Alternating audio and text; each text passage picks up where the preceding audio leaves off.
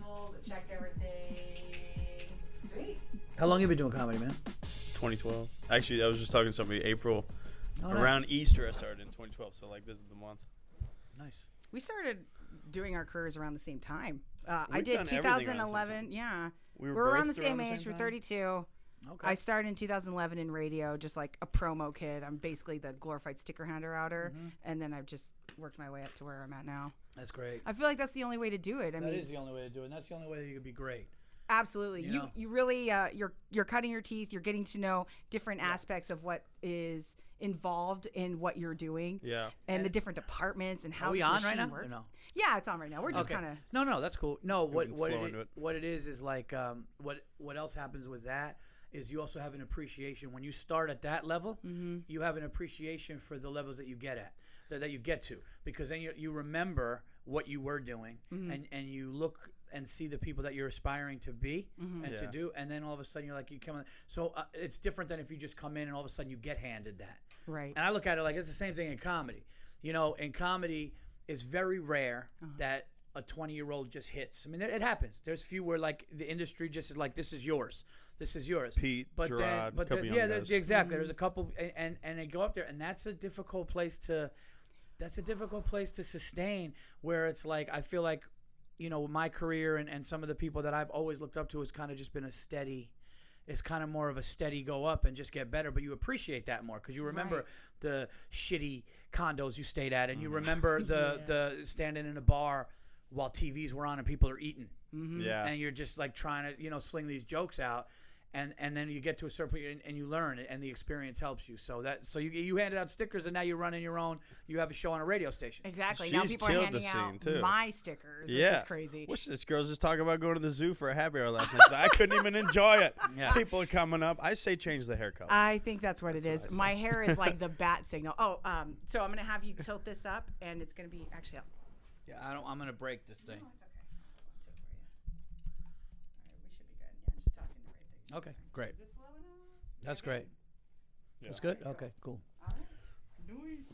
Well, yeah, you've had a nice little rise. Actually, it's fun to watch. We always talk about you because we do have kind of a similar climb because it's a grind. 7 years in, and now you're running a morning show, and it's an interesting perspective view too from a comedian that's coming into town, right? A headliner. You do a lot of radio stuff. You pop in, you probably get to know the radio people in a unique way, and you get to see some of them probably climb up, right? Like you maybe go to a city, see somebody that's working this shift, and then the next time they're on the morning or something like that. Like see a radio Sure. personality kind of grow. Yeah, it really is the same thing everywhere. Yeah. You know, if you, there's a lot of other things that go into it too. Like, be kind to people, treat people well, and put the work in, and then they're going to want you to go up. Absolutely. You know, they're going to say, hey, like, let's give this person a shot. You know, like let's do that. Yeah. Because they're working hard. They're always cool. You want to root for someone that's actually put in the effort, not someone that's just like shot their way up or, bribed their way through college or anything like that. Yeah, because think about it. Let's say everybody around the office is talking and the boss is like, man, we need to really get a new personality for midday. Who should we get? And all of a sudden everyone's like, man, Mo was so nice and cool, right? I'm just using an example. Like, Mo was so nice and cool and she works hard. Like, you know what? Let's give her a shot. Because if you're an asshole, Right. all of a sudden it's like, yeah, well, not her. Right. Like, that name is out before the thought. It's not even in the thought process. Right. You know what I mean? But I think that goes with anything in life. Absolutely. Right? Absolutely, dude. Also, very strange to be talking about me as a subject right now. As much as I love me as a subject, it's weird to have other people talk about me as a subject. Well, you got to know yourself more. We love you, Mo. I know. You got to blow it up. I Continue. can't. Is it weird? Like, it's hard to accept those, like, compliments and things like that. Like, do you ever get that at all, Paul? That's funny that you said that because last night I was talking to somebody. She did this TED Talk on stand-up. She's from here. She's from Phoenix? Yeah. Uh-huh.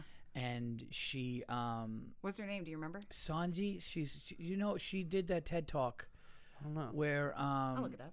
yeah, she did. You talking about Nanette? She did a TED Talk on yeah, right. She did I didn't watch Nanette. To be I didn't honest with either. you. I didn't watch it. I didn't either. She did a TED. She interviewed. She was at Stand Up Live a lot, and I don't want to actually butcher her name, Yeah. Uh-huh. but she interviewed me at Stand Up Live, and then basically, and she told me something yesterday that I didn't realize. You have to interview or do a study on 500 people in order for it to be scientifically legit and be able to put it out there. So like you can't. So like if you interviewed 25 comedians to get something, and it would be irrelevant. Like you have to get that many, and she did. She did the work, and she did this talk. And like all these comics, like me and Jim Florentine, everyone's like, "Do you see this?" And we all shared it because she nailed it. She nailed it. But I was talking to her last night about it, and it was funny. It was like, you don't see yourself, unless you're, because there's two types of people, right? You could have a narcissistic sociopath who is just like, "Oh yeah, I'm the shit." But like if you do this, if you do stand up and you think you're the shit when you get off, like for me, it's always like, all right, that needs to get better. And the better I get, and this is what I was talking about, like when you said when people talk about you, you don't know how to take it, or it's weird, or it's uncomfortable. They see you different than you see yourself, and you almost feel not worthy of it.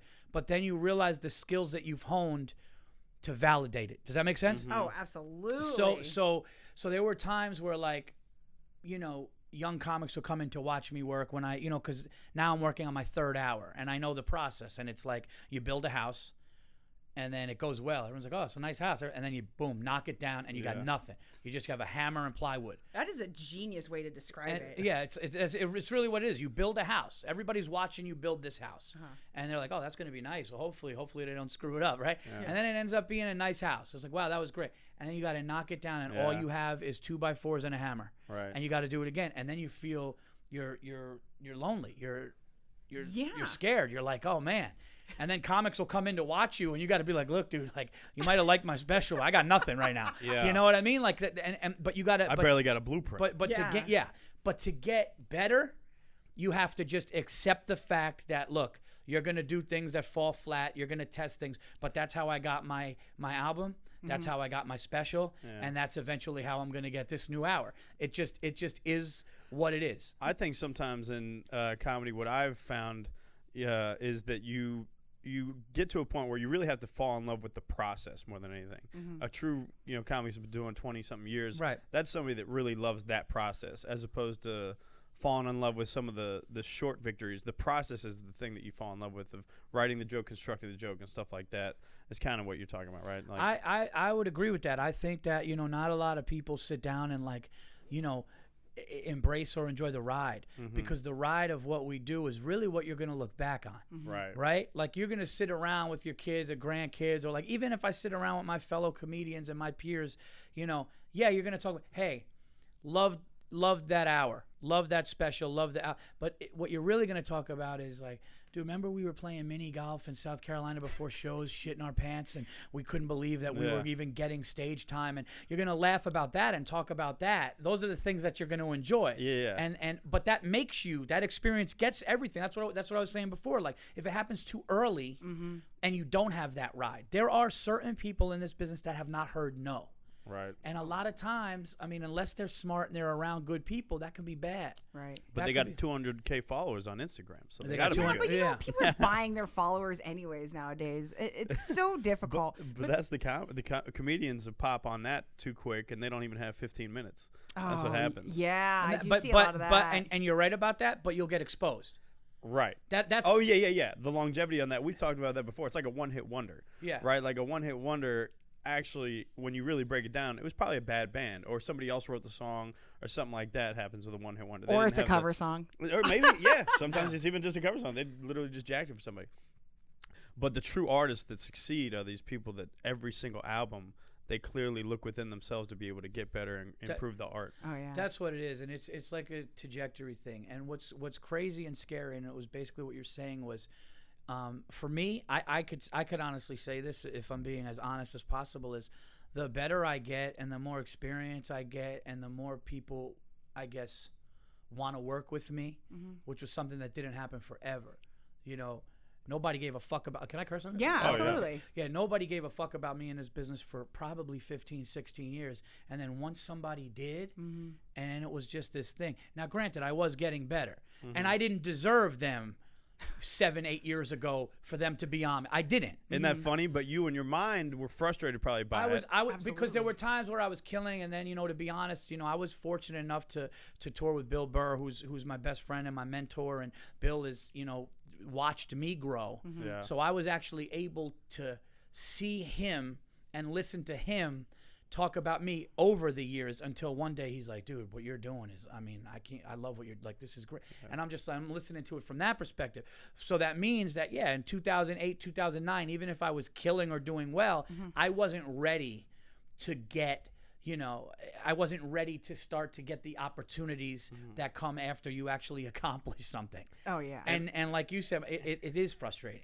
But I think that some of the time, and I've experienced that to a smaller degree, but I know kind of the frustration you're talking about, obviously. You've been able to succeed on a much grander place, but you also know that on the small scene, it's still the same like grind. It's just on a smaller scale, right?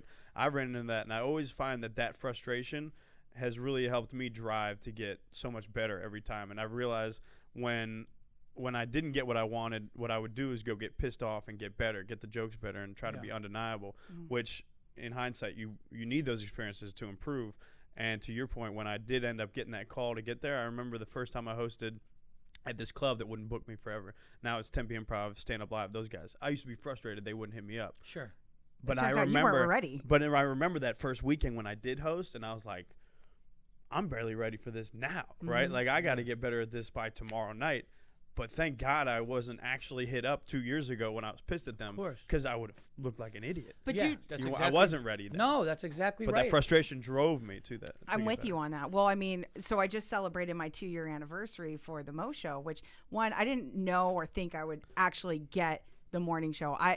At the time, I had just moved to middays. I had only been on there 3 months until I got word like, hey, we're going to change our morning show. So I was told by someone that wasn't even up higher. It was like, hey, you should put in and just see what happens. So I was like, right. All right. And then they're like, oh, well, we like you. We're going to give it to you. Then at that point, I was like, what the fuck was I thinking? Yeah. I was terrified. Like the first few months was the hardest few months of my life actually just doing that show. I didn't know what direction to go in. I had no direction. I had no mentor really.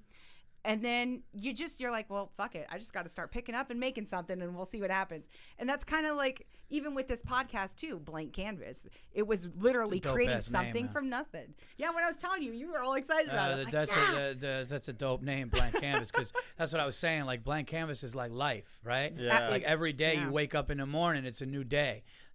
Or what about somebody that was addicted to drugs and they were in hell and now they're back? It's a blank canvas. I was in an awful depression a couple years ago, and I didn't know if I come out of it. It's in 16, and then a year later I did a special. So it's like that's a really dope name for the podcast. But going back to what you're saying, it's funny. It's like, be careful what you ask for, right? Absolutely. What you look for, because when you put the work in, you're going to get it. But here's the thing.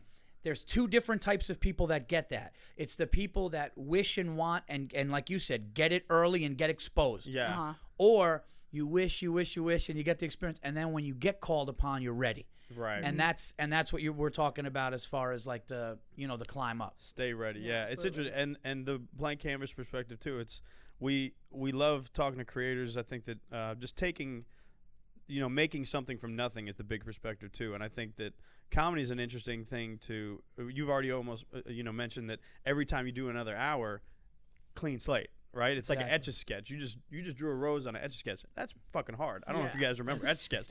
And then you had to, and then Comedy Central come through and it's like, boom, boom, boom. Here's your check, but also I'm shaking the fuck out of this. Yeah. You can't do anything anymore. So it's hard. Every time is that rebuilding, and the big picture with stand up too. I think I was thinking about Jerry Seinfeld said it, and I forget what it was, but he said the interesting thing about comedy is that comedians, one day you're not a comedian.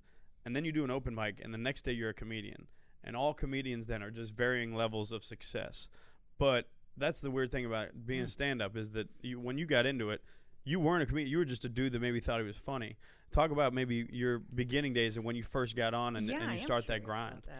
Well, what's crazy about that is this month, this year, would be 20 years since the first time I ever picked up a microphone. However, I didn't really get into it. So it was one of those things where it wasn't like when I did my first open mic, I was like in it weekly. That wasn't the case. A buddy of mine in like 99 was like, hey, I'm working in Woodstock, New York. There's an open mic. I didn't even write anything down. I went up and did it. I kind of got the bug and I felt like, okay, let me call New York City clubs. But it was like so rare and random to do for the little bit. And then nobody's going to put you up.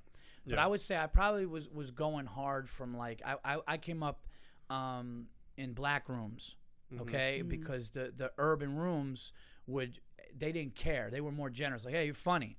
Like I remember dudes being like, "Yo, that white boy, that's funny. Put him up," you know. But and then I would and it was like, you have to be funny now. Yeah. You know, I was doing a lot of contests. I was doing urban rooms. I was doing wherever I could get up. A couple of times, bringer shows and stuff like that. And it was just like but it's one of those things where I had to do it. You know what I mean? Like I don't know if you guys ever heard of. I don't know if you ever heard Michael Rappaport on Bill Burr's podcast, but when Michael Rappaport was on Bill Burr's podcast, it was fascinating what he said. He goes, he's a New York guy, you know. He's like, when I moved to L.A., I wasn't moving to L.A. to try to be in movies. He goes, I moved there. I had no choice. I had to be in movies. It wasn't oh, I'm going to go out there and try. It's going to, however I'm going to get it, I'm going to get it. And that's what it was like for me in stand-up. I remember I was upstate. My mom lived about an hour and a half north of the city. And there was, somebody said, hey, man, you want to do Uptown Comedy Club in Harlem? It's 125th Street. You're going to get 6 minutes, no money, 250 audience members, not your race. Yeah. And you and this other guy going to be the only, you know, was going to be, you know, black, Latino. This is a There's a melting pot of people in there. But not white. But not white. Right, no, not a lot of salt, but not white. A lot of pepper. And not only did I had to do it. Like I got in the car, I got in my Toyota Tercel, which I won $2,000. I won $2,000. They don't even make those anymore, do they? I won $2,000 in a casino and bought the car. For real? Yeah, in one hand. Good for you. It was 3-card Damn. poker. It was Meant to be. 3-card poker. Yeah. So Do you still play? Do you still gamble? yeah, like if I perform at a casino, I don't like to give them back money. Yeah. But I'll Yeah. have like 200-300 of my own where I'm like, look, if I'm here for a week and I lose 300, but sometimes you either break even or you make some money. But Yeah, I'm not going to give them back $1,000 or whatever like that. Right. No. But I drove down to not get paid to do this room, you know, and it was just something that I had to do. So when people say to me like, would you let your kids do stand up? You know, I got a 9-year-old boy and a 6-year-old daughter. You know, my daughter, they're both hilarious. My daughter's hilarious, you know. But it's like, if they want to drive to break even, or, you know, I mean, I drove to Milwaukee, Wisconsin when I was afraid to fly. Oh, wow. In a snowstorm. And to just get in front of a packed crowd, just to see if I could do 25 minutes in a packed crowd. I had to. So those are the things, too, that you have to. Yeah. So that's the thing that a comic... And I'm sure you understand. Like that's the thing that a comic understands. That like Jay Moore said, are you willing to drive hours to break even or lose money to do this art when you start out? And that to do 7 minutes. Right.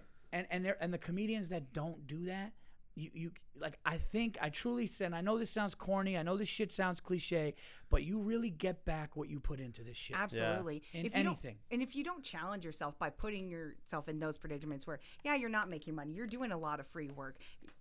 You have to do that in order to cut your teeth, in order to get an understanding of what you do, to deserve the extra money. Like I did free work for a radio station for like 7-8 months. I was working 3 other jobs just so that I could attempt to potentially get my foot in the door and actually start getting paid. And even then, like in radio, you really don't make a lot. It's like a $10 an hour thing, and it's all part-time work until you actually get on the air.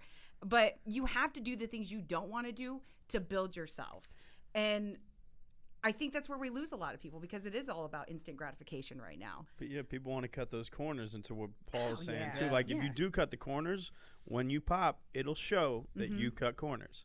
Yeah. It'll be revealed to the audience, because people think that audience members are stupid sometimes. I know we deal with audience members all the time. There's a level of realness and authenticity that people see that shines through, and they see when you haven't.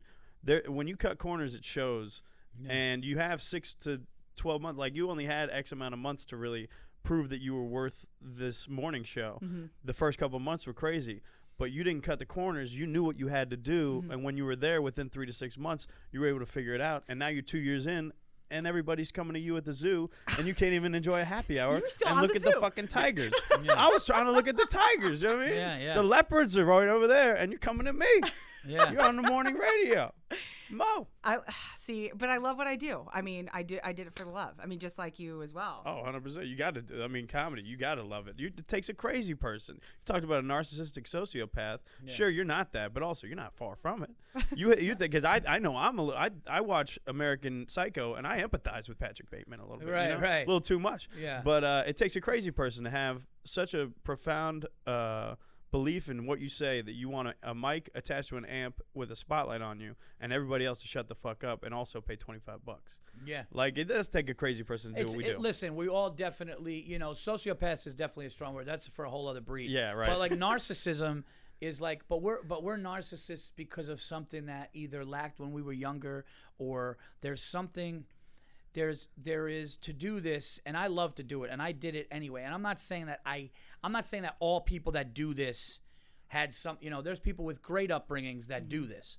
My upbringing wasn't that bad. I mean, it wasn't ideal, Right. but we're narcissists because there's attention that we seek. But maybe that attention, even let's say nothing bad happened, maybe the attention is you just know you have a skill and you want people to watch it, and that's okay too. Oh, like hands just down. it's like, hey, listen, shut up. I'm gonna do this, or I'm gonna do an impression of this. When I was a little kid, I used to just run around doing impressions of Eddie Murphy. Yeah. And make people in my family or friends watch it. You look a little like So- Eddie. I can see it. Yeah, a little bit. A little bit. Yeah.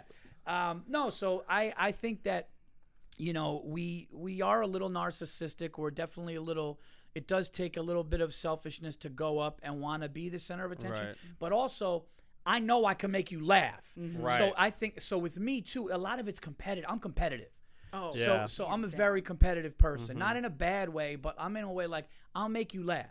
Right. And I think that's why I drove to Harlem. I think that's why I was doing those things, because it was like, just watch what I can do, because I know, even though, listen, I'm scared. I was scared then. You still always like, I want to make sure I can get, I want to make sure I could get the job done, but I'm so competitive that I want to prove that I could get the job. Well, it's a challenge. You're like, oh, I know I could tackle this thing. Yeah. And I think you even create challenges for yourself on stage. Sometimes I saw you last night at Tempe Improv, and but I think it was like 15, 20 minutes in, you had couple of jokes. They were hitting, but you were also at a point where you were like, oh, you're not on board with this shit? You better buckle up. But The race, that's right? something that you challenged them with. There was some touchy subject, which I love. I love the comedy. You can talk about anything as long as you do have a unique perspective and make it funny. You were able to do that. But you challenge the audience with that too. But it almost creates that challenge for yourself. But that's challenging me. Yeah. Right. That's exactly. This guy understands. Yeah. He understands what he's seeing, because for me, it's like, look, I'm developing this hour, and there's going to be a couple of topics in this hour that are going to push things from my last hour. Otherwise, it doesn't come out, right? Right. So, and what he's saying he saw is that I'm going, look, there's some things I want to talk about race. There's some things I want to talk about I'm doing this joke about. There's racism. Like my father, I'm talking about my dad right now. My father grew up in the Bronx in the 60s, and he's racist, but he's not racist. Yeah. If that makes sense. It's just, he's not malicious racist. Right. He grew up in the part of the Bronx where it was just like, if you ever saw Bronx Tale, Yep. Yeah. it God. was, that's what it was. But if my dad interacts with anybody, he's like nice and everything like that. Because real racism, I think, is like, people that like straight hate. burn crosses and flags, and I don't want Jews in my and it's just like, whoa, that's like some rich, but just being like, the stupid little thing. So I'm trying to tackle that and find it. And when the crowd pushes back, like a little bit they did last night, because some comics from here were like, man, you touching on some stuff in Arizona like that, and I'm like, yeah, I'm curious. Everybody in Arizona, they got the real had to be racism out here. Mexicans. Real racism happens in the front yard. Nice racism happens at the dinner table. But yeah, so and me and I was talking to some comedians, and we were talking to Burr, and Andrew Schultz was doing some things like this, and great things where it's like, we can't right now, none of us in this business, you, me, everybody, we can't back down from that. Right now is the time where it's like, it has to be, if you feel, and listen, somebody walks out and goes, I don't need to hear that, I didn't come. Well, I'm trying to make light of it, and hopefully I could do my job doing that. Yeah. But like, it's not. You have to understand, you're at a comedy show. Yeah. So like, and the funny thing is, when you see the people laughing, the people that really understand, it's like, because they have family members like that. Yeah. Everybody. And the funny thing is, when I talk about my dad, I mean, you know what? The black audience members are laughing the hardest. Right. They are. I swear to God, they're laughing the hardest. And I'm going, yeah, because your family says racist shit too about other. Everybody does. Right. Everybody does. But it's not a thing. So I'm trying to touch that. But yeah, it's like that's exactly what you saw was right. Like, I want to challenge myself with the new hour, because ultimately when it comes out, I want to make sure that people think too. Mm-hmm. Right. It's one thing to do a joke that makes people laugh. It's another thing to make people go, yeah. Make them think. Make them think, like that shit that I was saying last night. I don't know if you heard, but like those safe rooms. Yeah.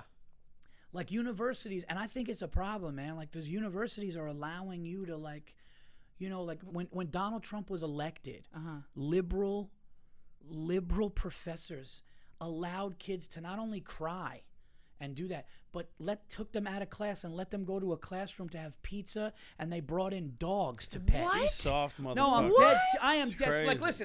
listen. You don't have to like who gets elected. Yeah. But I mean, if you need to pet a fucking dog and have pizza, I mean, this shit is. You're gonna get another president in 4 years. Calm the fuck down. All This these all just college sounds like kids. excuses to get out of something. All these I would have done. They're crying about everything. I can't even watch the Final Four. I've never seen so many fucking kids cry at the end of the second half when they lost by 5 points. What? Are you serious? These 19-year-old, 20-year-old kids, like, what are they so sensitive about everything? It's a millennial thing. Today I went to that place. You ever go to that place, the Daily Jam?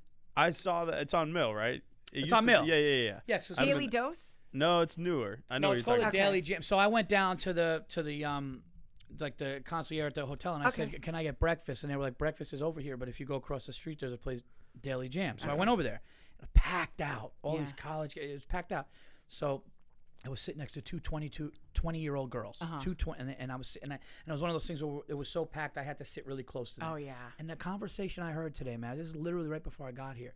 And like, one girl was like, okay, she was just talking about how like her rescue dog, she doesn't like that other dogs could be off leash. She's like, because he was traumatized and stuff. I'm like listening to him, like, I get it. Like that didn't get me too much. Yeah. But then the other girl was like, yeah, so I saw this band, and she starts talking to this band. She's like, and I remember seeing them when they were really young, and it's all female band, and they're these little things, and I'm just so proud of them. And I'm thinking to myself, like, I get it, but like, when you were watching a band that you liked, I didn't say I was proud of them. Right. Like let their parents be fucking proud of them.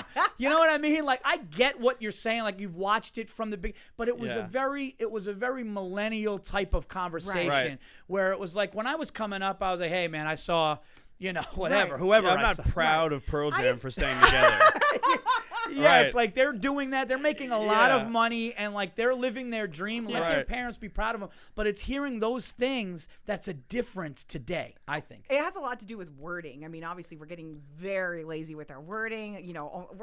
We're talking in LOLs. Like, I think I LOL'd you the other day. Yeah, and it was in real life. I'm pretty funny through text. Yeah. But I mean, like, in real life, that's just what it is. And maybe the correct thing probably would be like, I'm happy for them. I'm glad they got there. But to be proud of somebody that you don't know, that's just an interesting And feeling. the way she said it, like, when I was listening to her, she was talking about it almost as if like she was a part of it. Yeah. I think that's the social media aspect of their Yeah. generation, though, that they do feel like I followed them before they released their second album. So I have that level of connection with them and shit like that. Because you do see it in a different way than maybe I'm 30. We're both 32. So it's like, I remember. It is interesting. I wasn't proud when Justin Timberlake went solo. Right. But also, I kind of am, though. I was proud. He's turned into a man. Also, shout out to Bieber for really turning into the man that I think he would be. You are no longer my co-host. I'm just saying that right now. Dang, I wanted to talk about this instance. Actually, it happened to me today. People feeling proud of you or feeling like that connected, because social media, obviously, people, you're in their face and they feel like they know you. But to the extent of where like they feel like you need to know them and everything that they're doing. I'm in a situation right now where I have a listener that feels like I need to know everything about them, their medical conditions, and then they get upset if I don't respond back with more of a caring attitude. And I'm like, I've got 1,000 things going on, girl. Like, I'm really sorry you're going through this stuff, but I don't know how I can help you or anything. The only thing I can do to help people is just be who I am and do what I've been doing. I don't know what else to do. Do you ever get anything like Well, that? yeah, and what's going to happen is like those people, there's nothing all you could really do is be as nice and say, look, hey, if there's a benefit or a foundation that I could shout out on the radio, I'll do that. You know, like if there is a foundation where people are raising money for your condition, I'll try to push people there. But other than that, like, but you're going to get that. Like, totally. you know, when that happens, you're just like, and there's some loonies out there, man. There are some people some people think that they like, hey, man, F you for doing. It's like, whoa, dude. I'm like, you know what I mean? Like, I don't owe you anything. Yeah, you don't have the right to do what you did because I've been following you for 5 years. It's like, what? Yeah. I've been doing it for 20, right? It's I've been like, a fan. I paid to see you. Okay. Yeah. And I appreciate that. But I'm also giving art out. Right. Yeah. Yeah. I'm doing a free podcast. I'm doing stand-up everywhere I could do. Like, don't come at me like, you know, your one ticket is the reason. Yeah, it's like, what the fuck you think this is? Yeah, that's crazy. I'm the one talking about racism up there in front of a crowd of people. Do you know what are you long it took doing? me? What are you doing? I want to switch gears here for a second because on top of you doing comedy, you also do your podcast, The Virzi Effect, which is great. I checked it out last night. I was like, yes, it was perfect. Now, that is also just starting a brand new thing. We were talking about it on the morning show. Like, you've been doing this for over a decade. It's Or is it about a decade now? Like this December will be 10 years, and like it just has this like cult following that just is. It's a slow build. You know, I'm not on a TV show. I'm not. You know what I mean? Right. It's not so like it's either you see my stand up or you hear me on other podcasts. Now my special definitely helped a little bit, but it's just it's a slow build. But it's like people from, you know, I was saying yesterday, man, it's crazy to have like I got soldiers, man, like soldiers like in the mountains going, listen, we're in the Humvee, listening, laughing. One unit dedicated their thing. They call themselves the Animals because of my podcast, and they sent me pictures of all of the names because I say like I do an unacceptable thing and call people animals. And like they name themselves that, so like it's kind of nuts, like who you touch with it. Yeah. But it's kind of I do it on my, you know, it's free. I do a Patreon for like extra content, you know, which is new, and I'm gonna revamp that and do something else. But yeah, the podcast is great, and like I told you yesterday, it makes you a better comic. I remember when I first did it, Bill Burr said, "Watch what happens after a couple years." I told you this, and it was like you just work a muscle that you don't realize because there's no feedback. Yeah. And then when you're on stage, you'll feel that you could stop what you're doing and just talk and still find a way to make that funny. And it definitely comes from that exercise of doing an hour of just spewing shit. Yeah. Whether it's ridiculous or not funny or whatever. It's just, you could just say, I mean, I've said some wild, crazy shit, but I'm able to just let that flow and that rant happen. Yeah. And you'll see it, man. You'll see it. Yeah, that's interesting. We're yeah, talking, 100%. We're talking about it's almost like even with the morning show, I don't have an audience in front of me, so I have no idea what's going on. But it's like just throwing a message in the bottle, throwing in the ocean, and hopefully somebody reads it. Yeah. And I like that feeling, but also it's terrifying. It's like, okay, well, how did I do? I don't really have like insights on like the reaction or anything like that. Let me text you and be like, I was laughing so hard I almost crashed my And listen, some aren't going to be funny. Yeah, absolutely. Yeah. You know, some shows, and sometimes I can feel now, I can feel when I'm like, man, this podcast is going to hit hard. And I'll get the feedback. And then there are times where I'm like, this is going to be great. And then the feedback is not as great. And you know, so you know there's somebody, you know, sometimes they'll roll their eyes and be like, all right, that wasn't a great one. And then sometimes it'll be great. But that doesn't matter. You're just putting it out there, and, you know, you're giving, listen, it's free. Yeah, absolutely. You're giving these assholes free shit My to bad. listen to. Yeah, right. Exactly. Oops. I'm not getting paid for this. Right. You know, if I get paid, and they still have they still think that they can tell you what the fuck to say. Of course. Yeah. What was that last episode about? Why are you doing that? That's one thing that'll never change. Like, you ever like put something on social media? Oh my god. It's like a nice picture, right? Like we did that. We were at a game, and me and Joe Bartnick, hilarious comic. Joe Bartnick. I just did a roast with him last month. Oh, he told me Shane about Doan. that. Yeah, he told me about that. Yeah, he said it was great. He had a great time. Yeah. But like me and Joe Bartnick take this picture. We were in Tampa, and we went to see the Tampa Bay Buccaneers play the New England Patriots. And we just take a nice picture, like holding a drink. And like people were being so rude to Joe's hair. And they're like, yeah, dude, well, you look like so I'm in the back of the car. To be fair, he does look like he has a good relationship with the guy at Supercuts. No, he definitely. Well, now it's all couple. He had like this black mane, Yeah, he's got like, so like definitely like you notice the guy's hair. Yeah. But like we're just at a football game, and these trolls, man, these people are just so. This is a great story. So we're together. There's an agent there. Who's there? It was me. It was Bartek. I think it was Burr. Someone else. Just our crew, right? Are all out hanging out. And I get a little. I wasn't tuned up, but I was just buzzed. And we take this picture, and it just starts blowing up on Twitter as we leave the game. And I'm in the back of the SUV, and we're all talking. Everyone's talking, right? And Burr's talking sports, and Bartek's talking sports, and I'm just quiet, and I'm just looking at this, right? And I just snap, and Burr goes, Virzi, you're being quiet back there. Don't do it. Don't do it. I just went back at every person. Oh, and I go, that's my friend, you fucking piece of shit. How many followers do you? And I just kept going. And I'm like, I literally had to delete. I might have done like 9. By the time I did like 18 of and they were just talking. And I'm going, why? Yeah, we trying to take a picture, you fuck. And I just started going.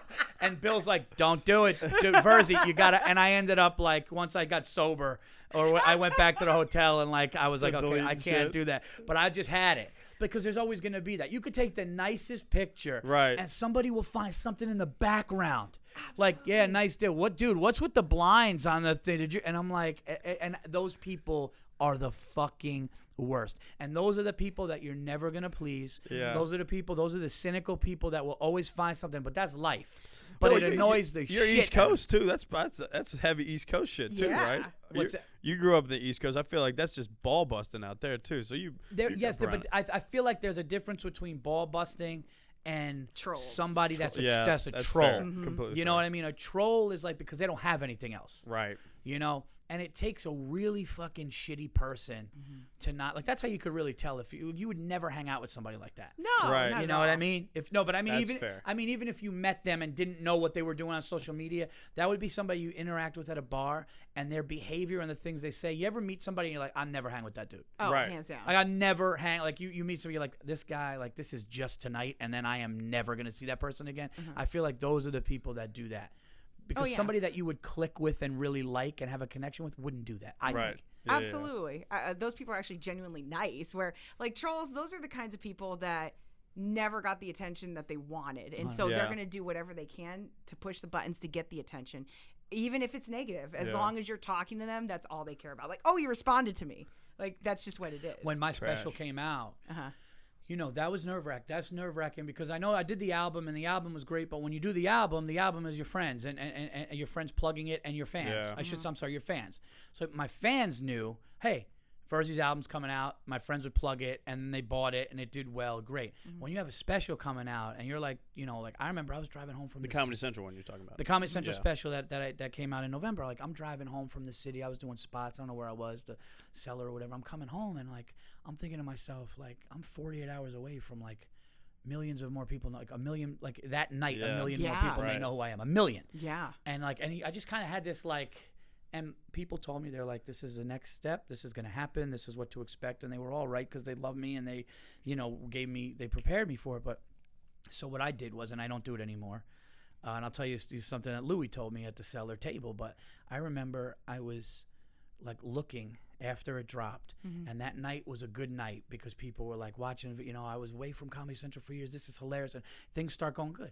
But now I'm going through everything. So I would have you're going too deep. So I went down the rabbit hole. So I would see like 46 great things and then one dude just say something and it would, you know. It's the only thing that sticks out, right? And then somebody goes, and then this is the craziest thing because I'm not political and I am independent. Somebody was like, thought this was funny until I realized this dude's Democratic agenda. And I wanted to be like, which motherfucker. Is like, you didn't even listen. So then what I did again, stupid me. No! I know. My team Were was you like, buzzed again? No, I was. This is sober. Sober version. So this might maybe the buzzed excuse wasn't. Virzi specials dropping, no wine, no booze, right? Dude. Okay, he's got to be clean. They just locked me in a door. They locked me in you're in the safe room with the puppies. They just and throw the waters and lock me. Yeah. So I just go, hey, dude. Did you? I don't know if you know, but I'm actually not a Democrat at all. Did you listen? And you know what he did?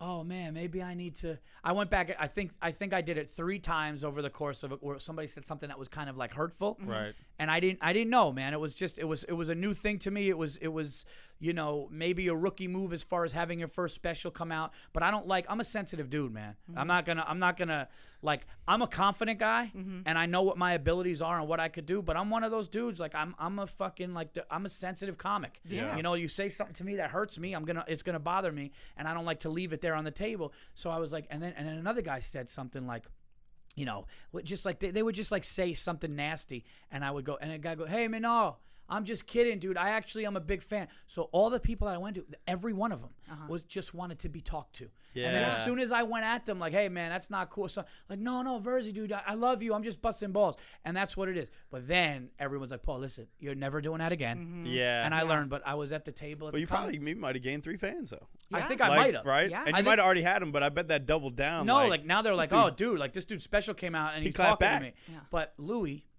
was at the table at the cellar not long ago either, and I started telling this story, and he goes, "Why the fuck would you?" And he goes, "First of all, what they say is none of your business," and it's right. And I just look at it like, I'm not gonna, because there's always gonna be. You're not gonna put a special out or do something stand-up wise on TV or anything you do, and 100% of everybody's gonna be like, "This is great." Right. It's just not. There's Gonna, always that one audience member. You'll be killing a room of 400, and you got one person with their arms crossed in the middle, and you're in your head like, That fuck this one person. You know, person, yeah, yeah. like, so that happens all the time. I've been in some of the most historic theaters in the world with Bill Burr, and somebody's fucking with him. Yeah. And he's one of the best in the world. Yeah. You know, so it's like, that's the thing. You're never gonna. So you kind of got to understand. Johnny Depp was one of the greatest. He exploded the audience at Letterman when Letterman goes, "I heard that you never watched any of your work. Like, you don't watch the movies." And he goes, "No." And he goes, "Why?" And he goes, "It's none of my business." And everybody laughed. It's true. It's like, I Yeah. just do my thing. I'm not gonna go critique myself. You know, watching my special that night was one of the hardest things. Even though it was like one of the hardest cringe. I'm like, It's tough. Oh, I my hate that. God. I hate watching I submit 7 minutes to a festival or something, and it's a killer set. You show anybody, and they're like, "Great set." I fucking hate it. Yeah. You hate it. For so many levels. Like, I hate everything about it. That's why you're gonna be. That's why you're gonna be great and keep going. Yeah, right. Because like, I'll get off stage and people are like, "Dude, that was nuts," and I'm like, "Nah, I need to." And I'm like, okay, I guess that's a good thing. You need somebody to tell you that's a good thing, because you don't want to feel. Yeah. You know. It helps when somebody even says it, but you're immediately. It's funny when people compliment you after a set, because you're just like, you don't fucking know what you're talking about. Meanwhile, they just complimented you, and they're very sincere, and they're not, like, yes, they know what they're talking about. They just had a real experience and they enjoyed it. But in your comic head, you're like, you don't fucking know. All right, the timing was off. When I said this, the second time on the third sentence, you don't know how that fucked the whole flow up. That's exactly why. But no one else notices but you. But you probably have the same shit though. If I'm driving in my car and I'm listening to 93.3, Yeah. you probably fucked up the second. Dude, I do it in all and the out time. of it. Right. Yeah, but you'll probably be like, "This is a bad shit." He's right. Like, you'll turn the mics off and go home, and in your mind you're like, "That wasn't my best one this week." Right. But somebody in the car is like, "That was awesome." This is great. I'll never not listen to this. Right. Absolutely. Absolutely. So it's I was like, actually yeah. just thinking about that, because you guys are talking about not ever like going back and looking at anything. And if you do, it is, you feel cringeworthy. Whereas like for me, I got to go back, and it's a playbook. It's Yeah. sports. Like, I got to go back and listen to what I did. Did I do it right? I have air checks.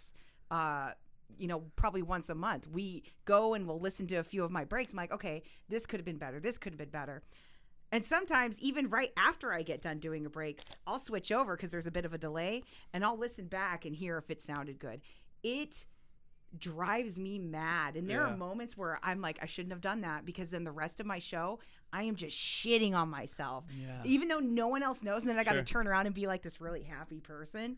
But no one else knows how much it kills me that I couldn't say the words Canadian tuxedo over and over again.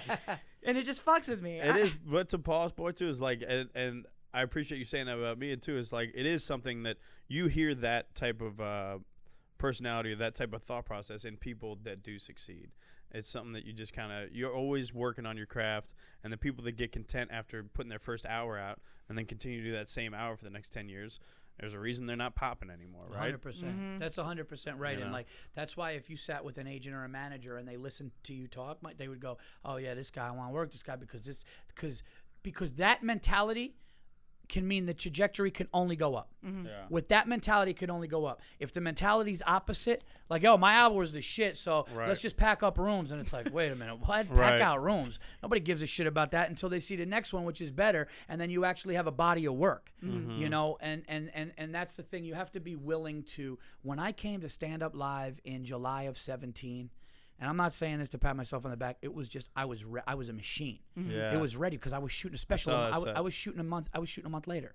Yeah, you I was ready. The special was ready. I was ready for anything. It was like you're bulletproof. But then you have to get that vulnerable thing again. Yeah. And you have to go out there and you got to test. But I know where I'm gonna go and where I'm gonna get to. And you know, as long as the people are laughing and you give them what they want, and you gotta build, man. Yeah. I gotta ask about when your comedy special came out. Yeah.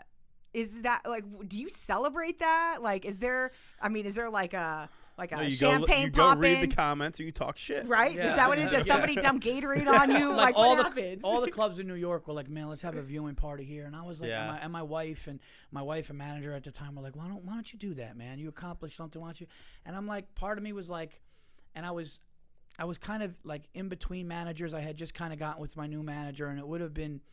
I could have done certain things, and I was like, you know what? Let me just let this one sit. Like, it's great. I'll celebrate it with my people, or you know. Actually, I did nothing that night. I literally, my kids were sleeping, and my wife and I were in our bedroom, and she sat in the bed. She like sat up in the bed, watched it, and I just was kind of standing there watching it. And then I would just walk out during the commercial. And then I would just poke in and just see, and she was like, "Paul, this is really good." And it did air smoothly. It aired really well. They didn't edit, like they actually let me involved. See, the beautiful thing about doing it with All Things Comedy was that All Things Comedy protected me by saying he's gonna have a lot of say in what's on there. As opposed to if it was just a Comedy Central production, then Comedy Central would have been able to do whatever they wanted, and the artists would have just been happy they were on it. No, we were like, look, this joke is being said. You know, I did a mass shooting joke at the end of the special, and I was worried about it, and I was like, they're gonna cut it, and they didn't. They didn't. They actually they let it. You know, I mean, certain things had to be maneuvered a certain way, but as far as like the content, they let it happen. But no, I just watched it at home with my wife. I didn't do the party. I'm gonna drive all the way to the city from upstate to watch myself, which I didn't want to do. Then we were like, let's just have a celebration with it on, with no sound and people drinking, so you don't have to feel that, but it could be like a celebration of it. And then I just decided against it. Isn't it funny? I always find my brother's my best friend. He's been there. He lives out here too, so he's seen my 7 years of the bullshit dick jokes that I do. But he sometimes does pull me aside, because I think that maybe it's a comedy mentality, or maybe we just have that same mentality where I feel like I don't ever step back and pat myself on the back, and you don't really do that as a comic, because to your point, you're thinking about the next thing, or you're thinking about it's always the next show, which is it's exhausting to people outside me. I know my brother's always like, bro, you're killing it, like you're doing all these things, fucking enjoy have this drink. He doesn't understand, dude. Your brother does not understand. Like, you want to, like, okay, what can I do better? What can I do bigger? I mean, first of all, but I agree with that mentality. I also know that he does understand, and he sees it from a very real perspective, that he sees his brother doing all these cool things, and he doesn't see him being able to take a deep breath. He's my older brother, and I think he just wants me. I'm always just like, yeah, but now I gotta do this. Now I gotta do that. Now I gotta do that. Or I'm breaking down the show right after the show that I just smashed. And it's nice to have that perspective, actually. In those conversations, sometimes I'm just like, all right, but I gotta think about this. But then I'll go and I'll lay down and I'm thinking about what he said, and I'm just like, he's right. Yeah. I should, take those moments, take a deep breath, and really enjoy it. It's kind of, but at the end of the day, you got to chill with your wife and kids, so that's enjoying it to a different degree, right? You don't got to do the whole big shit. No, and because there's going to be other things to come. But like, I remember talking to Big J at JFL one time outside, and he said something that I totally agree with, and I used to say it as well. It's like, we don't stop and look at what we've done. Mm-hmm. You have to stop and look at what you've accomplished sometimes. Not in a pat yourself on the back, I'm the shit way, but to be like, wow, like, you're on the air at a radio station that you were handing out stickers with. So sometimes if you just sit down, you're like, you know what? I did something. and I'm going to enjoy this glass of wine, or I'm going to smoke this cigar. I did something. I did something that at the end of the day, if you retired tomorrow, Mo, you got to a radio station, you were handing out stickers, you were helping with promotion, doing this until you ultimately got your own show. And it's the same thing with stand-up. But then you think about that. I remember, it was funny. I remember when I was first coming up, and they did, remember when VH1 did that, like, Best Week Ever? Oh, God, I loved Best Week Ever. And I remember being like, dude, if I just want that once. Yeah. I remember being some like, comics that popped on that a little bit. Yeah, because comics were popping, and you're like, man, that's a big deal. Like, if I could just say one thing as a talking head, I kind of did it. Yeah. And You're watching it like, but I love the 90s. Yeah. Did they know that I love the 90s? I should be on the show. I'm like ready to fire a manager that I don't have yet because I didn't do it. Yeah. And you know, and you're on there, and then I'm like, why does that guy want that? And you get it though. You get it. It's like, no, because it's like your potential. I would look at it kind of like an athlete moving up the levels, or like an Olympian. You start to do something really hard, and then you're like, hey man, think about an Olympian where like you first start doing something, and like, hey man, you're gonna be like top of your, like you might be like, you're gonna get to, what is it, Arizona State, right? Okay. So you're gonna get to Arizona State, man, and maybe, you know, run track. I'll use that example. And they're like, oh man, that's great. You got a little partial scholarship, you can run track. Then all of a sudden you start doing these meets, and you're like, hey, you're like top 10 at ASU right now. And then the next year, you're like, dude, you're ranked in like, you're going to be, and then all of a sudden, and then you're there, and then all of a sudden someone's like, hey man, there's an Olympic trial. And think about that. Yeah. So you go from like this high school runner to then getting to Olympian. Arizona State, and then to getting ranked in Arizona State as one of the top. And you're probably sitting in your dorm going like, talking to your mother or father. Right. Going like, holy shit, like I'm like, as far as a track star, like I am ranked in the country, and now I'm going to an Olympic thing. But I don't even got Wi-Fi. You know what I mean? It's like, you know what I mean? This call is breaking up. I can't even hear you. Pothead roommate jerking off that I hear her jerking off. Mom, did you hear me? I lost her. I lost her. But I'm a texter. I'm in the Olympics. But when you really sit and think that, like, I look at like, man, I was doing open mics, I was doing contests, I was doing shows where people wanted to boo me off stage. Then the greatest comedian in the world wanted to put me on and travel with me and say this, and then she sees, and then all of a sudden I do an hour and I do this, and I'm like, so yes, it's nice.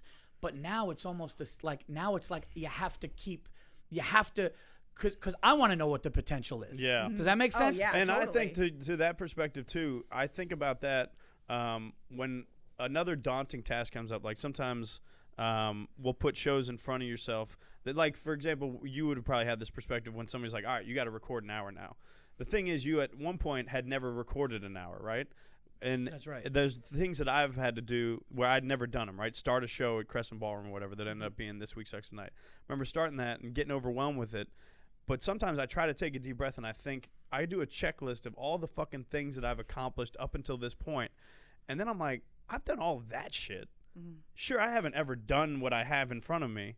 But if I've done all that shit, is it that overwhelming? And that always is where I'm like, I can accomplish this. And you probably had that mentality. I mean, you've done there's so many check boxes you've done. You ready for an hour? You were opening for Burr in front of, I'm sure, thousands of people. I can't even imagine how big the largest audience. But so yeah, and I think a big thing to do is like, because we can really be in our heads, right? And what you just said struck a chord with me, because I remember a lot of things were lined up, and I was like, man, like I got this and that, like, and it was overwhelming. And I realized this is one thing at a time. It's one show at a time. So yes, you may have to produce something here or this, and people are calling you and this and that, and you get a little overwhelmed. But you've earned all the opportunities that are coming your way, and it's like, yes, I did develop 2 hours. I know I'm gonna do another one. I know how to do it. But yeah, it's like, so your thing is like when you do your first hour, right? You know, you're gonna be like, oh God, but really what it is you're just gonna put together everything that you've done, and you're gonna go out and you're gonna bang it out. Right. And it's a learning process. It's scary. Sure. It's fun.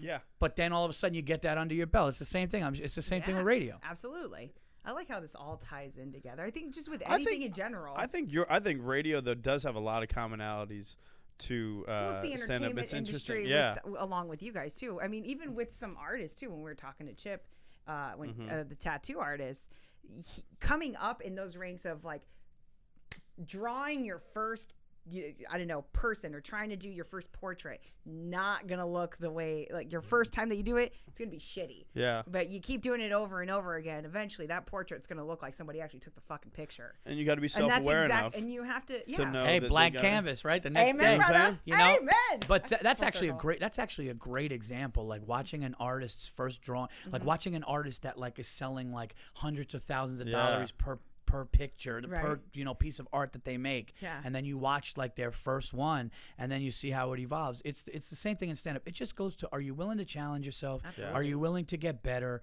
You know, you're going to be judged along the way. You're going to be, all that stuff is going to happen. But it's when it's there, it's that. Like if I opened for Burr at Madison Square Garden twice. The second time was last November. I was in the round in front of 18,000 people. Damn. As nervous as, even though I did it and we did the TD Garden, which was amazing, and I had the opportunity and the privilege to be in arenas a few times before. But this is the second time at the Garden. I'm in the round. There's 18,000, and I'm from New York. Yeah, you're a New York guy. And it's the Garden. It's Madison Square Right. Garden. And I remember Fucking Ewing.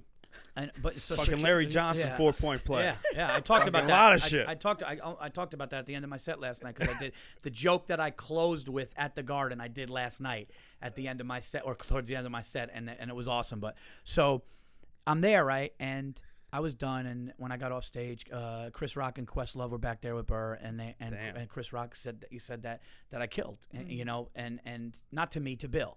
Now, if I saw Chris Rock walk in the cellar tomorrow, and I was on stage, and forget that first part. Make like he never saw me at the Garden. Right. He never saw me at the Garden. But if I was at the cellar, and Chris Rock or Jerry Seinfeld or one of those guys that, like, whether you love them as a comic or not, just what I'm talking about, their status of what they've accomplished. Potential Mount Rushmore type of conversation. Right. Like whether you like them or not, guys that have accomplished the height, the top of the mountain of this business. Right. And he's watching me, and I'm on stage. I would be in my head. I would be worried what he's thinking about me. Yeah. I'd be doing that. But I didn't know he was at Madison Square Garden in front of 18,000, and he said what he said. The point I'm trying to make is it's here. Because do you know what I mean? Yeah. Like it doesn't matter what he saw. I didn't know he was at Madison Square Garden because there was 18,000 people there, right? I didn't know who was there. But my mind was, I was ready, I was prepared, and I did it. And that just happened to be a byproduct of it. Does that make sense? Yep. But if I'm at the... But if you're at the cellar with 140 people and Chris Rock and is I'm just there, right, and you've crushed the cellar 150 times before. That's exactly right. That's my point. So I'm going to be all nervous. Oh my God, am I worthy of it? This man's watching me. He's got all these amazing specials on HBO, and I'm all nervous. And I'm going, that's Chris Rock. But what I'm not realizing is when I'm in my element and I'm okay and I'm at the top of my game, it's going to be fine. And it was at the biggest part it was at the biggest venue that I could have done. But knowing that, so it's everything is here, man. Like it really is. Like it's all our minds. Like if you're a good comic and you put out good jokes, all of those people that you're afraid of are gonna see it, and then they're gonna take that away from you. If that makes sense. Yeah. You know. What's it like getting the feedback? Fuck, I wish I said that on my podcast. do you want us to like That's cut it. the audio? Cut that out and I was show like, it that to was you. one of those where I'm like, fuck, that was perfect to say. I'm like, I'm giving this fucking show, This bullshit show. No. Oh, I just mean another person show. But I'm sorry, what was your question?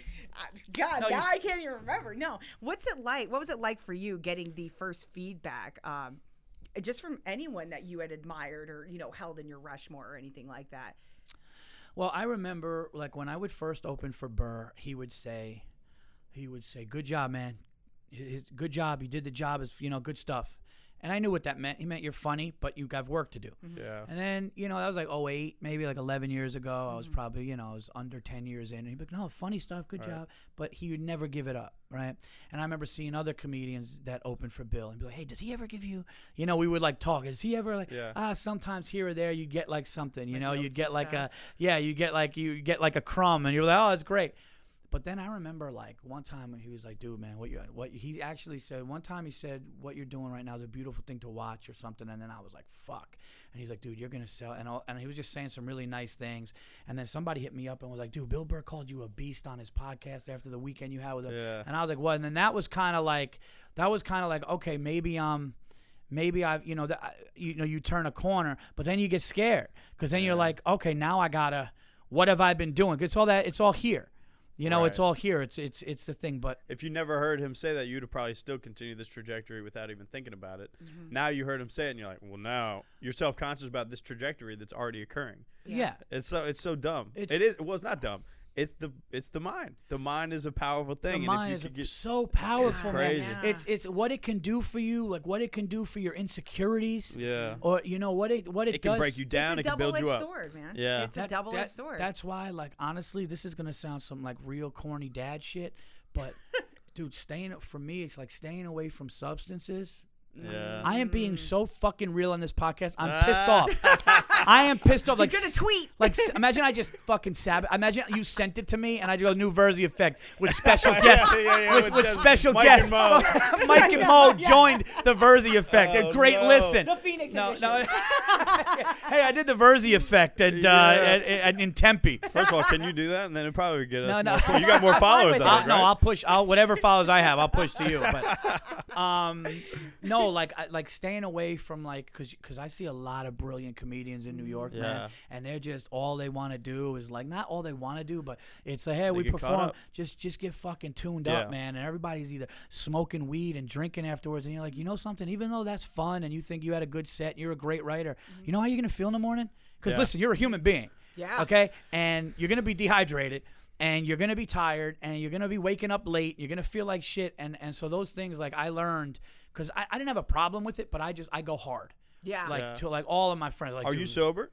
No. Okay, but you just take a step. You're not going hard after. I'm shows. not sober, but I'm not irresponsible. Like, Right. I'll have, like, last night after the show, I had one glass of red wine. I felt good. I went home and went to bed. Yeah. Yeah. You know, but there were times where even my boys, our crew would be like, Right. Virzi, dude, you gotta, because I just, not an alcoholic at all. Like, and I know that I could have 2 drinks and stop. But sometimes when it's going and I'm having fun, Right, you I'll keep go. And I realized, I'm like, no, I'm hurting my art. Yeah. And I People always ask me, like, you got to go get it. You take a couple shots before you go on stage, or you drink a couple beers before you go on stage. And I know people that only can get on stage because they do that. And I always was I was just lucky to have the perspective in the moment. But when I started, I was like, I'm not going to drink before I go on stage, because then I know that in my mind I'll think if I kill, I need to drink to kill Yeah. to go on stage. good and good then now move. I'm 7 years in, and I don't do that. I don't smoke weed before I go on stage, because I've had the greatest sets of my life and the worst sets of my life high on stage. You want to control that. Yeah. You don't want that ebb and flow. So I got lucky with that. I just remember thinking that early on, and I never did it. Because now I know dudes that they got to rip a shot of Jamie before they go up, or whatever. They got their little. It's a dependency thing. It's a and you don't really it's a learn mental how to thing do again. it. Mental. You don't really know how to do it, just with no variables. Like, this is just what it is, neutral. Crush sober. Yeah. what you said was 100% right, and I've had some of the closest people to me say that, because every single time I've had a scotch or a whiskey before, and I could honestly say this because I said this to somebody the other day, every time I've had a scotch or a whiskey before I went on stage, I fucking murdered. Yeah. I mean, I murdered to the point where it was just, I was just ready.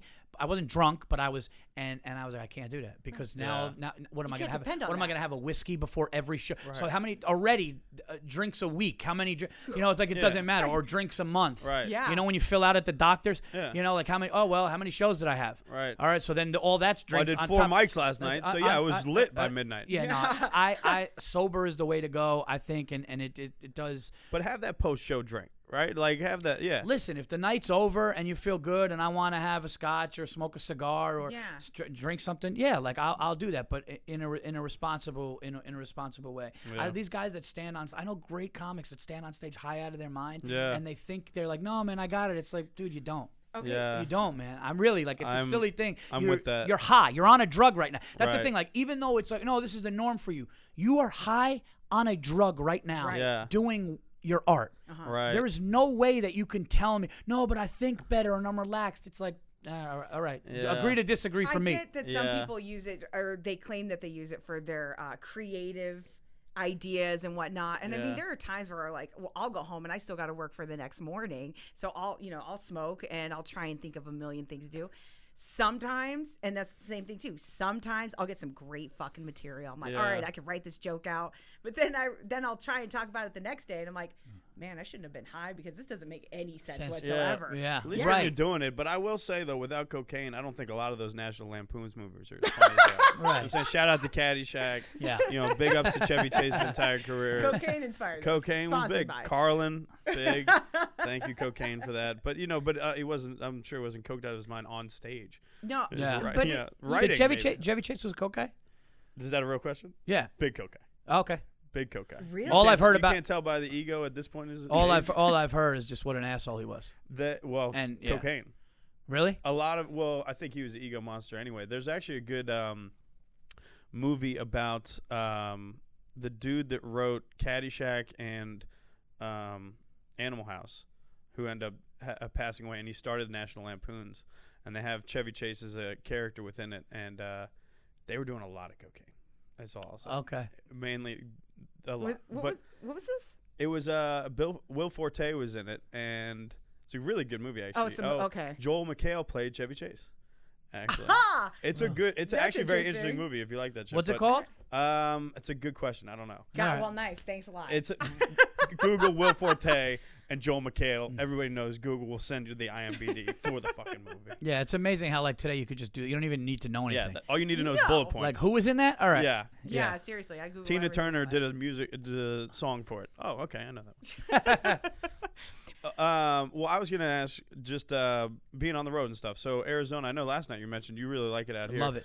What's your perspective? I'm always interested in that traveling comics perspective on this Phoenix scene. I'm working in it, right? So I'm a local guy here, and sometimes I think they get comedy they don't even deserve sometimes. But it is a good scene. There's people from. It's kind of a melting pot. What's your take on the Phoenix? I love guy? it.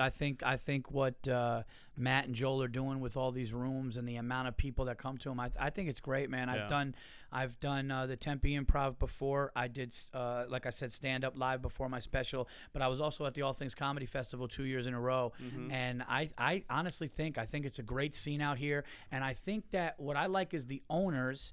And the manager, Casey's great. Casey's like, one of the best Casey. managers Casey of a comedy club in the country. I agree with that, man. Casey, who runs it out here at Stand Up Live, and I know now the other one, Copper Blues, he is like the best. That guy just gets it. Yep. He treats – so the way the comedians are treated out here, it's all top notch. From when you land here and Charles picked you up in the SUV and you get to your hotel – everything is just laid out for you. Yeah. You know where to be. You know what times. It's all professionally done. The way they treated me last night at Tempe before and after the show was amazing. And I think that the scene is good. I think it has a real funny dudes out here. Yeah. I think it's great, man. But it's not the dudes are good out here, but it's also like a communal. Like it's not an asshole yeah. thing. Right. From what I've seen in the No, I've gotten that's like consistent compliment is everybody's always like, you guys are nice out here. Which because comedy scenes can be fucking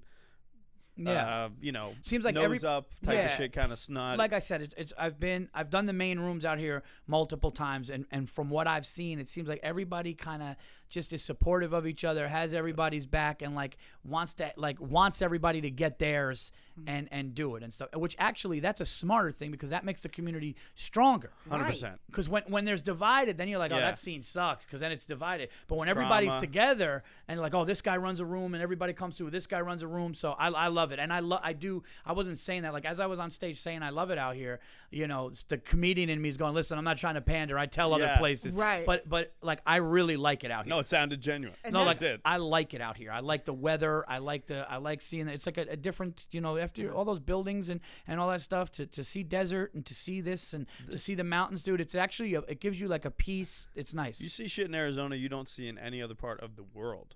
Which it's Well, like yeah, because the other day this- you were talking I about never even- cactuses. This saguaro cactus is only. Is that right? This is it. This Is that stretch right? down into Mexico too. But yeah, this is Wait, but what's the difference? It's like a different cactus. It's the biggest cactus in the world. So that arm, when you see an arm grow, that takes like a lot of years for that arm to grow. They live up to 120 some years. Yeah, it's like illegal to. You mean like the arm that comes up like? Yeah. Yeah, that means that they're like, I forget how old they are, but I want to say like if you see an arm on one of those cactuses, they're like 20 years old. Wow. It's crazy. That's actually cool. And then and you come out, I think you just missed it, or maybe it might be this month, but down in Tucson, the Saguaro National Forest, when they bloom, Yeah. It's fucking people come from all over the world to see it. It's crazy. It's funny in New York we make fun of people who look up at buildings, but I'm doing that with palm trees out here. You know, yeah. like even because the Palm trees hotel- and power lines, baby. It's just exactly. a palm, you know, yeah, it's so cool, man, to see a palm tree and then a red rock mountain in the back, man. So I like it, and I think the comedy crowds here, Yeah. even though they pull that's one thing that I was on stage like halfway through my set last night going, I just like these people. Even when they pulled back, they didn't pull back in like a dickhead way because there's something going on in New York, man. There's something going on in New York. Oh my God, yeah, Brooklyn in general. Dude, it's getting crazy. Like people are, people are going like, what's going on? Like these great comedians are like having hard times in some of these rooms in New York because anytime you're trying to push the envelope. Yeah. So I knew that even last night when I tried to go certain places and they were like, whoa, they were still cool. Like it was almost like they were like, whoa, but trusted me. Does that make sense? Like, okay, I don't know if I could get on board fully, but like I'm gonna go where you're gonna go, and then we'll see. I'm from Ohio, at the Midwest. I feel like it's kind of the Midwest type of mentality where you can kind of say what the fuck is really going on here a little bit. A lot of people are transplants from the Midwest too, but you can talk about real shit out here. Yes. And cross some lines. Because it is, I don't know, it's a very red state, but also it's becoming blue with the immigrants and a lot of Latino population and stuff like that. And so it's a very interesting mix going on It's in a nice Arizona right melting now. pot of people. It is, because you get gun owners and you get people that are. Oh, you get gun like- owners and weed smokers. Yeah. And they're sometimes the same people. You get gun owners, you get pro-immigration people, you get weed smokers, you like all these mixed things. It's very. Were you mixed there bag. when I talked about the guns? I last I night? heard that last night. Yeah, I loved Oh. it. Yeah, no, What'd because you And say? then dude ended up being a teacher. First of all, of anybody in the crowd, a teacher should have a gun. yeah, considering. Yeah, Yeah. yeah. Give him a gun. You That's don't have a gun? That's What a are you smart doing? way to look at it. But yeah, no, I just felt like the crowd was like, and afterwards, and I said I can't stand millennials, but it's not their fault. It's the universities, and people were clapping. So I like it out here. I really did. I felt like they came for the ride. I felt like if I said something that they didn't like, it wasn't like in certain places. Like even sometimes in New York, not always New York. I'm never gonna shit on New York because that's where I'm from, and the people are amazing, and they really are smart crowds there. But sometimes you'll say something where somebody's political affiliation comes so much into what's going on at that moment that they can't handle it. Where like last night, I saw some people get a little uncomfortable with something I said or might have disagreed, but they kind of let me go and do it and try to find the humor in it, and they went for the ride. And where I said something in the cellar where I go, you gotta love America. I said it's the only place where a feminist doesn't need a job, right? And and this one woman and women were laughing. I was joking, and one woman's like, no, and other women were looking at me like, yeah. Because here's the thing. I'm not saying anything anti-woman there. Yeah. I'm not saying any anti-feminist. I'm just saying that there are feminists who don't work and they'll march. Yeah. And it's a hypocritical thing. So I just made a joke. And you will get, like in New York, you will get like the woman that just goes, no, I'll never get her back. Right. Right? Like I'll never, once she's But you like. never wanted her anyway. I never Right. wanted her anyway, Yeah. but she's not gonna. If the next joke is a good bit and people laugh, she'll kind of like look at her friend and be like, I don't know, Yeah. And it just is what it is. And but I didn't get that sense here. But we'll see what happens tonight. Yeah, right. He walks half the crowd tonight. I know, It's actually right? historic. Tempe Improv shuts down on Monday because Virzi came to town. Wait, we appreciate you coming through, and I had a blast. Tell the people where they can find everything. So Twitter, Instagram. all that Yeah, stuff. yeah. You could check out my my Twitter at Paul Virzi. Same. All lowercase on Instagram, Paul Virzi. That's Virzi. Check out paulvirzi.com. I have a ton of dates, man. I'm going to be at the next week is the Philadelphia Punchline. I'll be there all next week, Thursday through Saturday. And then the week after that, I'll be at the Raleigh Improv. So you could get tickets, paulvirzi.com. Thanks for having me, man. Check out the Virzi Effect, too.